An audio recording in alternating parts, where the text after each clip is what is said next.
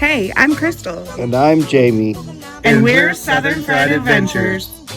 Join us on our newest adventure as we travel across the state of South Carolina and visit all 47 state parks. In no particular order. Once we've visited all of the state parks, we will have become Ultimate Outsiders.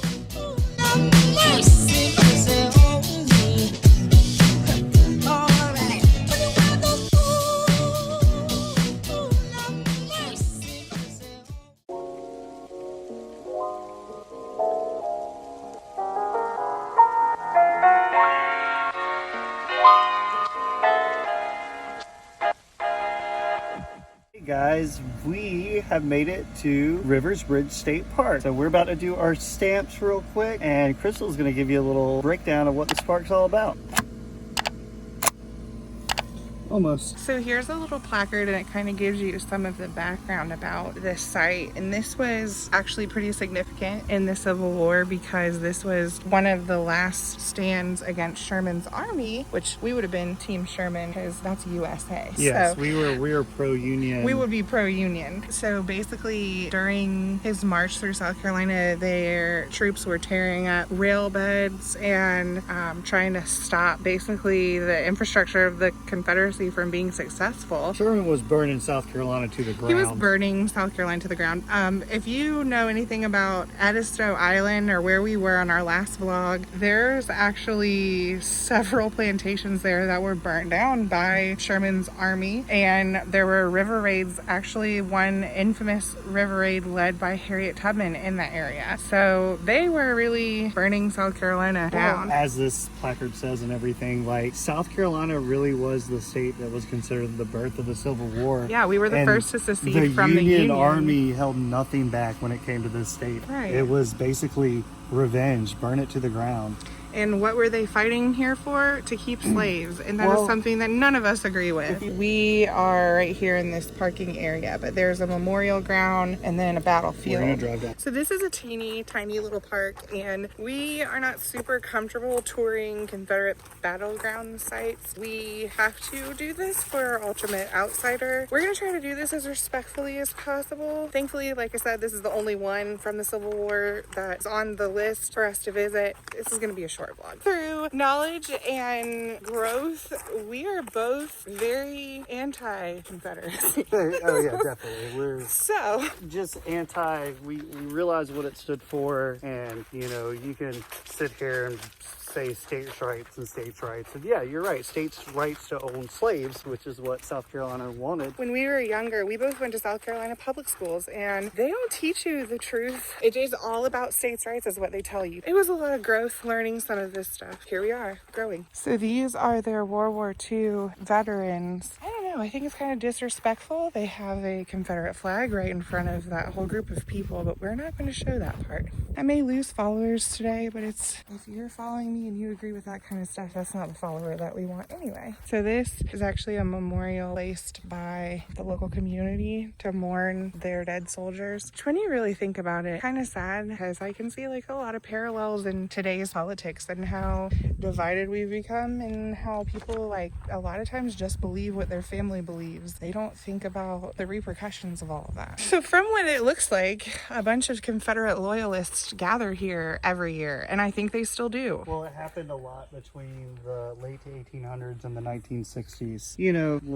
I'm getting heebie-jeebies just from being here. I don't like this. So to tell you a little bit more about this battle, from what I've read, there were, I think, didn't I say 5,000 troops from the Union side who were marching to Columbia from Savannah, and there was a group of Confederates. There were only 1,200 of them guarding a bridge, Rivers Bridge, on the way in here. Sherman's troops were pretty smart, and they built their own log bridges and came around them. They flanked them from each side, circled them, and there was a big battle.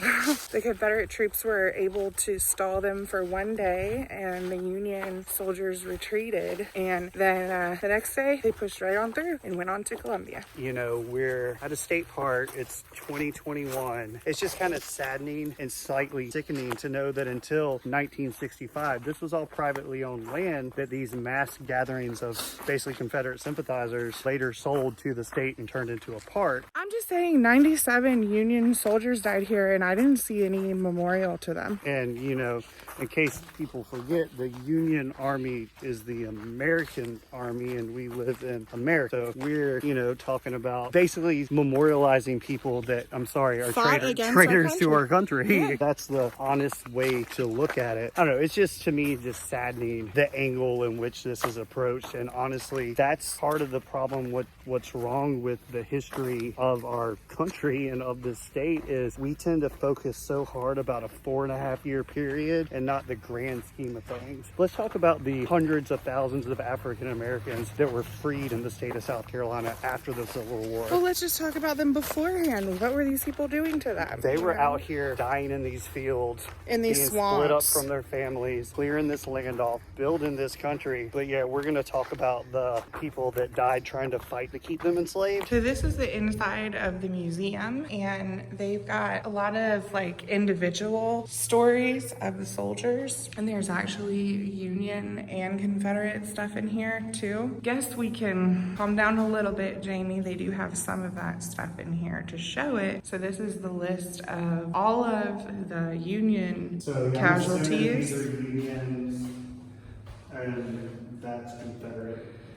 It's a very swampy area, so if you can imagine a battle going down around here and people waiting in the swamps. So you can either take a trail down to the battlefield, or like us, we're just driving back out of the park. We're gonna take a left and drive up to the battlefield itself.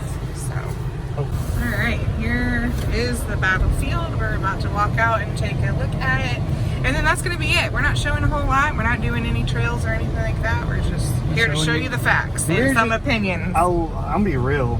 We're here to get a stamp. I think it's great to remember things, but I also think we need to remember things for the right reason. Or factually accurate. And factually accurate reasons. And not all of our history is good. And it's okay. And not all history has to be good. Obviously, you want to remember your fallen loved ones and stuff like that. You know, you were fighting to overthrow a country. Should we be glorifying these people, or should we just be remembering this as an extremely sad time during the history of our nation? Okay, so we're just gonna go check out the battlefield, which is out here. All right, so this is, I guess, the pathway that they've got marked out. I think it's to the right here. This is the battlefield.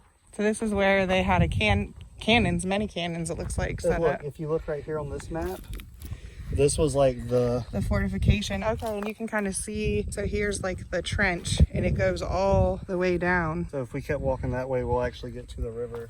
So here's a picture of what it would have looked like before and what it looks like now.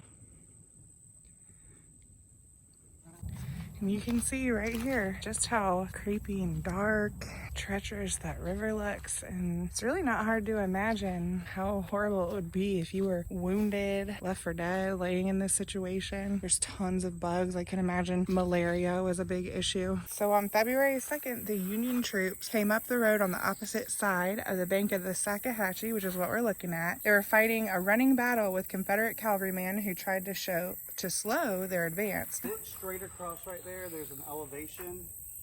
So maybe this was a road that went through, because there's like an embankment, and that's the only other high point I see. You see what I'm talking about right there? Yeah. Like it's gotta be, there's probably a bridge built across. Well, you can see bank on the other side, so it makes sense that this would have been it. The river's flowing pretty good too.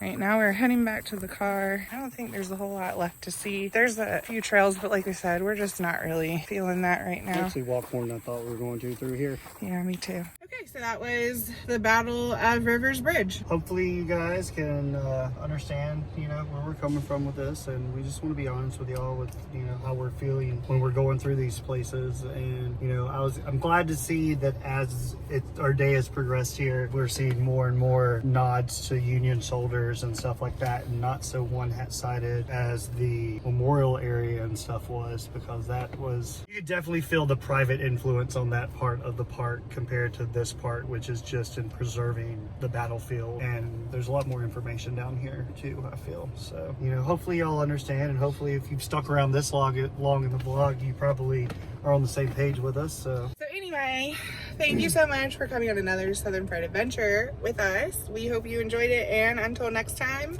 keep it Southern Pride. Bye. Bye, y'all. Did you like our video? Be sure to hit subscribe and give us a thumbs up if you like this content and want to see more. Don't forget to hit that bell for notifications on when we post new videos.